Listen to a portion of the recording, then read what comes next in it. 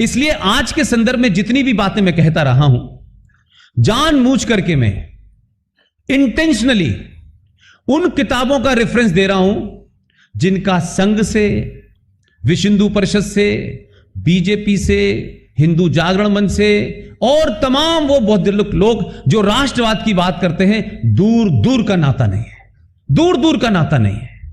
और उन्हीं के लोगों की किताबें हैं, लेकिन कैसे उनको छुपाया गया जो पब्लिकली नहीं आई।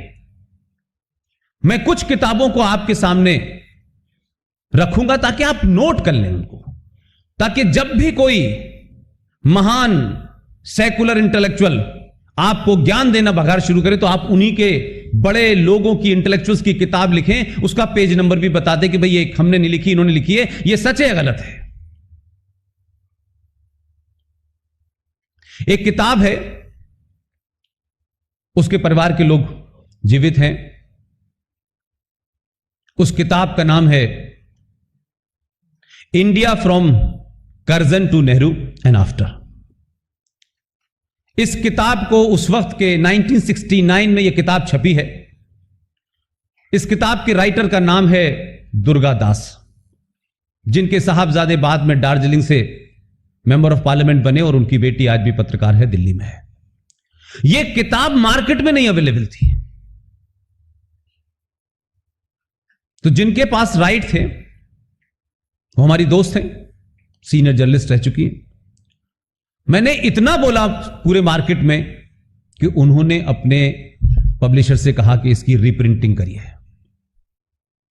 उस किताब में पेज नंबर 353, 353 नंबर पेज पर एक पूरा चैप्टर है, chapter 13, president and prime minister. उस चैप्टर को पढ़ डालिए तो जवाहरलाल नेहरू साहब कितने महान थे, राजेंद्र प्रसाद साहब के साथ उन्होंने क्या किया। और ये वो पत्रकार थे, बड़े सीनियर जर्नलिस्ट थे, प्रेस क्लब ऑफ इंडिया की भी नींव उन्होंने 57 में रखी थी। वो नेहरू जी के ही सबसे क्लोजेस्ट थे, लेकिन ईमानदार लिखने वाले लोग थे कि जब उन्होंने किताबें लिखी तो इतिहास को सही पता चले, लोगों को सही पता चले। यह ईमानदारी थी उस दौर के लोगों में। उसमें जितने भी आप किस्से पढ़ते हैं कि उनको किस बात की सजा मिली कि आपके राज में एक लुटेरा आया था अपनी संस्कृति का परिचय देने के लिए। उस लुटेरे के साथ में 20-25 लोग आए थे। उसने जो सोमनाथ का मंदिर लूटा था, उस लूटने के बाद जब यह तथाकथित तौर पे भारत आजाद हुआ तो उस पूरे मंदिर को दोबारा से बनाने के लिए सरकार ने फैसला किया।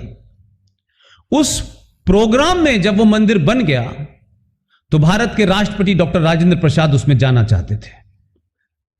तो जब उन्होंने अपनी इच्छा जाहिर की तो नेहरू जी बहुत नाराज हुए और कहा कि नहीं, आपको नहीं जाना है। यह मैं इस रेफरेंस के लिए कह रहा हूं कि हम यह कहें कि राष्ट्रवाद आज यकायक पनपा है, आज राष्ट्रवाद समझ में आया है। उस वक्त भी बहुत सारे लोग थे। डॉक्टर राजेंद्र प्रसाद ने कहा, मेरी संविधान में आस्था और संविधान पद की मर्यादा अपनी जगह है, लेकिन मेरी निजी आस्था वो इसमें आड़े नहीं आनी चाहिए, लिहाजा आप मने भी करेंगे तब भी मैं जाऊंगा। वो आए आपके यहां, बहुत बुरा लगा उन्हें। उसी में तमाम सारी घटनाओं का जिक्र रेफरेंस के लिए कर रहा हूं कि किस तरीके से उनकी 4 दिन के लिए तबीयत खराब हुई डॉक्टर राजेंद्र प्रसाद की। तो प्रधानमंत्री की नफरत का आलम यह था कि 4-5 दिन वो हॉस्पिटल में रहे हैं डॉक्टर राजेंद्र प्रसाद। तो लाल बहादुर शास्त्री को बुला के उन्होंने पूछा कि मुझे लगता है कि राजेंद्र बाबू बचेंगे नहीं, आप इनके अंतिम संस्कार के लिए दिल्ली में कोई जगह ढूंढ लीजिए। यह आलम था नफरत का भाई। लाल बहादुर शास्त्री शरीफ आदमी थे, घूम घाम के आए और उन्होंने कहा कि विजय घाट जो है वो एक ऐसी जगह है जहां उनका अंतिम संस्कार हो सकता है। 4-5 दिन बाद वो ठीक हो गए। मैं ये बात कह रहा हूं कि आज की जब हम बात कहते हैं तो ये कहा जाता है साहब उस वक्त बड़े विजनरी लोग थे, बड़े स्टेटमेंट लोग थे, उस वक्त चोरी लोग करते थे लेकिन पता नहीं चलती थी, आज पता चल जाती है, इतना ही फर्क है। उस वक्त भी लोग ऐसे ऐसे थे। और समय का फेर देखिए कि उन बेचारों को यहां से सदाकत आश्रम बिहार में जो कांग्रेस का ऑफिस था वहां भेजा गया, एक सीलन भरे कमरे में थे और हिदायतें थी कि जो कुछ उनको इक्विपमेंट चाहिए वो नहीं मिला। एक राष्ट्रपति जो 2-2 बार देश का राष्ट्रपति रहा हो, उसी दमे की बीमारी में उस सदाकत आश्रम में उनकी मौत हो गई। यह सवाल इस देश ने 50-60 साल बाद भी नहीं पूछा, क्योंकि पढ़ना नहीं चाहा हमने किसी ने। लिहाजा लोगों को कहा कि जो भी कुछ उन्होंने किया है वो छुपता चला जा रहा है। अगर यह देश 21 अक्टूबर 1943 को यह भी याद रखता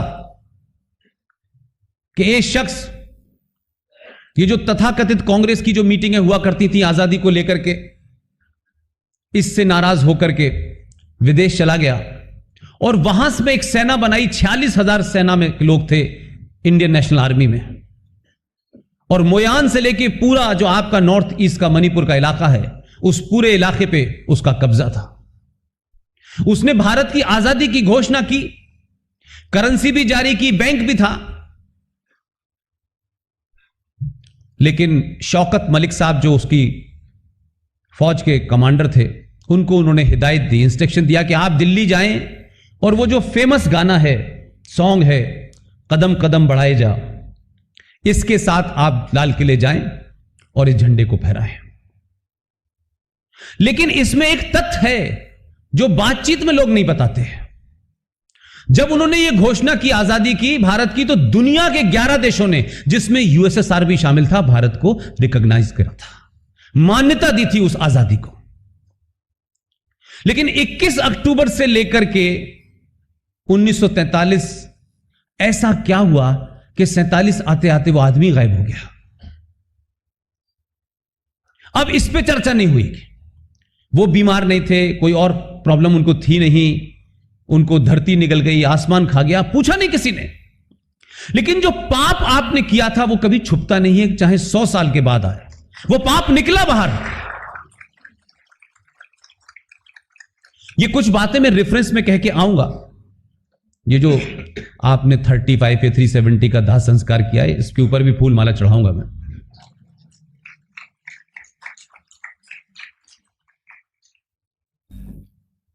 भारत के रिकॉर्ड्स में जब अभी 3 साल पहले general GD Bakshi, major general GD Bakshi का नाम आप जानते होंगे, जितने बुजुर्ग हैं उतनी जोर से बोलते हैं। उन्होंने बाकायदा एक टीम बनाई, उसका हिस्सा था छोटा सा मैं भी, और पूरी मुहिम हमारी यह थी कि अगर आज के दौर में, इस प्रधानमंत्री के दौर में भी अगर यह काम नहीं हुआ तो मुझे नहीं लगता था कि कभी दोबारा होता। दुनिया भर के सारे तथ्य इकट्ठे किए गए और कोई तथ्य यहां का नहीं था जो आपके यहां के फ्रॉड तथ्य हैं। दुनिया के यहां 40 मुल्कों से तमाम तथ्य लाए गए। कोई सरकार का पैसा नहीं लिया, किसी सरकारी इंस्टीट्यूशन की मदद नहीं ली गई, न किसी से कहा गया यह काम चुपचाप चलता रहा। उन तथ्यों को आपके प्रदेश के भूतपूर्व मुख्यमंत्री और वर्तमान प्रधानमंत्री के सामने रखा। वो कन्विंस हो गए। उन्होंने एक्सपर्ट को बुला करके बात बहुत कुछ छोटी मोटी पूछी। उसका असर यह हुआ कि 21 अक्टूबर 2018 को भारत का प्रधानमंत्री पहली बार लाल किले पे दोबारा गया और झंडा फहराया। और जब वो जा रहे थे, कि मैं इसलिए कह रहा हूं कि आज भी वो ताकतें कितनी डीप स्टेट हैं।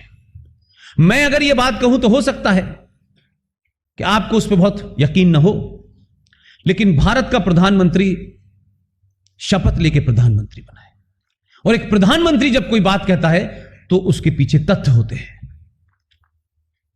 जब वो अपने घर, जिसको अब उन्होंने लोक कल्याण कर दिया है, इससे पहले वहां रेस कोर्स का खेल होता था,